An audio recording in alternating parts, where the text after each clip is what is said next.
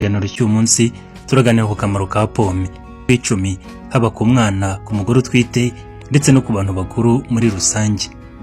Turakubwira ibyiza byo gukoresha pome ndetse tukubwire n'impamvu ukwiye kuyirya byibuze 3 mu cyumweru. Ndetse burya turanakubwira uburyo butandukanye wagaburiramo umwana pome wabashije kuyitunganya. Ndetse ku musozo wa kino kiganiro turasubiza bimwe mu bibazo byibazwa na benshi ku bijyanye n'uburyo wakoresha pome ndetse n'ibindi byibazwa kuri pome. Muri make, pome ni nziza, iturinda ibibazo bitandukanye birimo nk'indwara z'umutima, amadiyabete ndetse n'ubundi burwayi bwinshi butandukanye. Ndetse burya pome ivura n'indwara zikomeye zirimo nka kanseri, ikanaziturinda. Ndetse burya pome ishobora no kuvura ibibazo bitandukanye by'imigogora ndetse n'ibindi bishobora kutuzahaza. Muri kino kiganiro rero tugiye kubivumuzi, tubivuge ku mwana icyo yamufasha ndetse no ku bantu bakuru yewe n'umugore utwite. Akamaro ka mbere rero burya ko gukoresha pome ku mwana ndetse no ku mugore utwite burya ni uko igabanya ibibazo bya inflammation mu mubiri, wabigeranye n'ibibazo by'ubwivumbure cyangwa se kubyimbirwa. Ubushakashatsi butandukanye bugaragaza ko gukoresha pome ishobora kuvura uburwayi butandukanye. Ndetse burya ngo pome ifitemo ubushobozi bwo kwica udukoko two mu bwoko bwa bagiteri ndetse no kuvura uburwayi bwatewe n'utwo dukoko. Pome kandi igabanya ibibazo by'ubwivumbure no kubyimbirwa mu mubiri. Ibyo bigaterwa n'ibinyabutabire byitwa biochemicals ndetse na enzyme dusanga muri pome. Muri make, pome ni nziza, ishobora kuvura no kurwanya ububyimbirwe. Akamaro ka kabiri ka pome, haba ku bana ndetse no ku bagore batwite yewe no ku bantu bakuru, ni uko burya ishobora kuvura ibibazo byo mu igogora cyangwa se ibibazo byo mu nzira z'igogora. Burya pome ngo ishobora kuvura ibibazo bya diyare ku bana. Murabizi ko abana bibasirwa na bino bibazo bitewe n'ibyo barya cyangwa se bashyira mu kanwa. Burya pome kuyikoresha ku mwana yamuvura ibyo bibazo bya diyare ndetse n'ibindi bibazo bitandukanye bishobora kuvuka bitewe n'udukoko dutandukanye turimo nk'amavirusi cyangwa se amabagiteri. Ngo pome rero ushobora kuyikoresha ubwayo cyangwa se ugakoresha amababi yayo, ukaba ushobora kuvura umwana ibyo bibazo byo mu igogora ndetse ukaba wanavura umwana urimo kuribwa mu nda.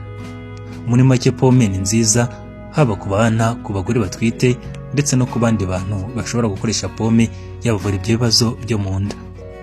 Akamaro ka gatatu ka pome burya ni uko ishobora kutuvura inzoka zo mu nda ndetse ikaba yazirukana burundu, cyane cyane ku bana. Burya ngo pome ni nziza cyane kubera ko ishobora kuvura inzoka zo mu nda cyangwa se intestinal worms. Burya abana bakunda kwibasirwa n'inzoka zo mu nda kubera nyine bya bindi baba bashize mu kanwa cyangwa se bariye. Ariko burya ukoresheje ji y'umwimerere ya pome ukayiha umwana, ishobora kwica inzoka zo mu nda ndetse bikaba byanamuvura n'ibyo bibazo bitandukanye. Umwana ufite ibibazo by'inzoka zo mu nda hari ibimenyetso agaragaza birimo nko kuribwa mu gifu cyangwa se kuribwa mu nda, kugira iseseme ndetse akaba ashobora no kuruka. Yewe hari n'abashobora gushima mu kibuno kumva hasa n'ahokerwa. Akamaro ka kane ka pome ku mwana ndetse no ku bandi bantu ni uko burya ishobora kugabanya umuriro. Burya ngo gukoresha pome bishobora kugabanya umuriro ku mwana, ndetse ibyo bikaba bishobora no kugabanya umuriro cyane cyane nko ku bantu batewe n'uburwayi bw'amavirusi bakagira umuriro, nk'abantu bafite ibicurane. Ariko pome ntabwo ariyo nziza, ntabwo ariyo yonyine ushobora kurambirizaho ngo irakuvurira umwana umuriro. Wanakoresha n'indi miti igabanya umuriro ku mwana ndetse ukanamuvuza n'icyo kibazo cyamuteye umuriro. Ariko ntitwakwirengagiza ko pome ishobora kugabanya umuriro nk'uko bigaragazwa n'ubushakashatsi. Akamaro ka gatanu ko gukoresha pome ni uko burya ishobora kuvura no kukurinda ibibazo by'amenyo no mu kanwa. Ndavuga uburwayi buhafata cyane cyane nk'izwi nka gingivitis cyangwa se gingivite. Burya abana cyangwa se abantu bakuru bashobora gukoresha pome birinda ibibazo byo mu kanwa. Buriya guhekenya pome cyangwa se ukayikoresha uko wayikoresha kose byakurinda uburwayi bwo mu kanwa, cyane cyane nk'uburwayi bwaterwa n'amavirusi cyangwa se amabagiteri.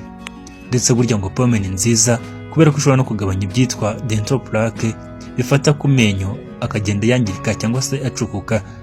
Ibyo rero bikaba pome yabikurinda ndetse ikagufasha no kukurinda ubwo burwayi bwo mu kanwa no koza amenyo. Muri make, pome kuyikoresha waba utwite waba uri umwana izakurinda ibyo bibazo byo mu kanwa ndetse n'ibibazo by'amenyo n'indwara z'amenyo. Akamaro ka gatandatu ka gukoresha pome haba ku bana ndetse no ku bakuru ni uko burya irinda umwijima, igatuma umwijima wawe ukora neza.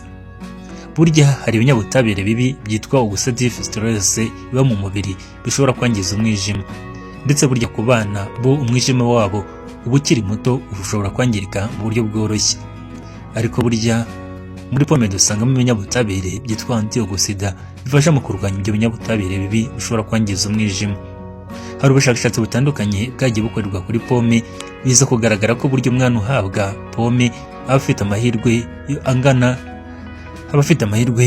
na 50% yiyongereye ugereranyije n'umwana utarya pome. Muri make burya pome ni nziza ku mwana kubera ko imurindira umwijima. Akamaro ka karindwi ko kurya pome cyangwa se ugabura umwana pome ndetse no ku bagore batwite nuko burya ishobora kubarinda ibibazo byo kubura amaraso cyangwa se ibibazo bya anemi. Burya pome ku mwana ni nziza cyane kubera ko yongera amaraso ye. Burya pome ibamo ikinyabutabire cyangwa se intungamubiri y'ubutare bwa feri. Feri ikaba ikoreshwa mu kurema intete zitukura z'amaraso, ari nazo burya zitwara umwuka mwiza ndetse n'ibyo twariye intungamubiri hirya no hino mu mubiri. Kandi burya abana n'abagore batwite bakunda kwibasirwa n'ikibazo cyo kugira amaraso make, aricyo kibazo nyine cya anemi. Bityo rero gukoresha pome cyangwa se kuyirya byakurinda buno burwayi, bikanakurinda kino kibazo cyo kubura amaraso make. Umuntu ufite uburwayi bwa anemi agira isereri, agacika intege ndetse n'ibindi bibazo bishamikira aho ngaho. Akamaro ka munani ka pome cyangwa se ko kurya pome haba ku bana ndetse no ku bakuru yewe no ku mugore utwite nuko buri igabanya ibyago byo kurwara kanseri. Burya pome tuyisangamo ibyitwa antioxida bikaba ari ibinyabutabire byiza biturindira umubiri, ndetse ibyaha twavuga by'umwihariko nk'icyitwa flavonoide dusanga cyane cyane mu mbuto zitandukanye. Kino kikaba kigabanya ibyago byo kurwara kanseri ndetse kigafasha no kwirukana ibinyabutabire bishobora kudutera kanseri. Cyane cyane burya nko ku bana haba hari ibyago byinshi ko nabo barwara kanseri. Niba utarabona umwana ufite kanseri ariko burya nabo barayirwara. Burya rero gukoresha pome bimugabanyiriza ibyago byo kurwara kanseri. Ndetse burya no ku bantu bakuru nk'abagore burya igabanya ibyago byo kurwara kanseri.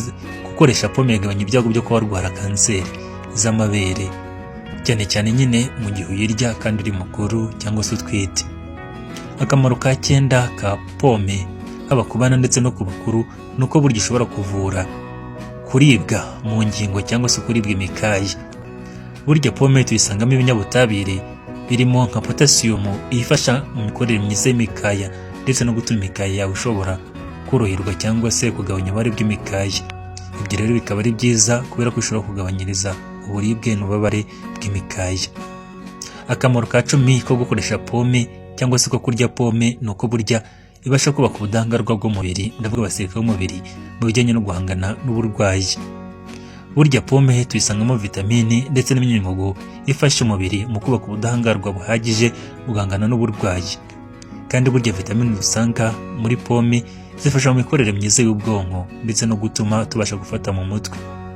Ndetse ibyitwa folate dusanga muri pome nabyo bifasha umubiri wacu kuba wari mu turemangingo dushya, cyane cyane ku bana ndetse no ku bagore batwite barayikeneye cyane. Reka rero turebe uburyo wakoresha pome ugaburira umwana wawe cyangwa se uyiha umwana.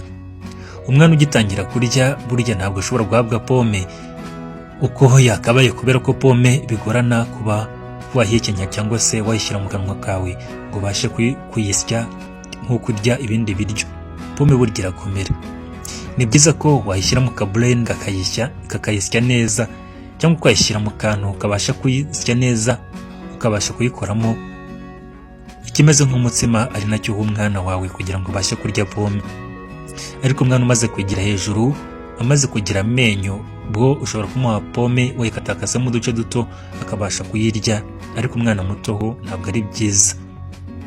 Ushobora rero gushyira mu kaburenda kagasya ya pome yawe, hanyuma ukaba ushobora no kuyivangamo nka yawurute cyangwa se ubuki kugira ngo umwana wawe irusheho kumugirira akamaro.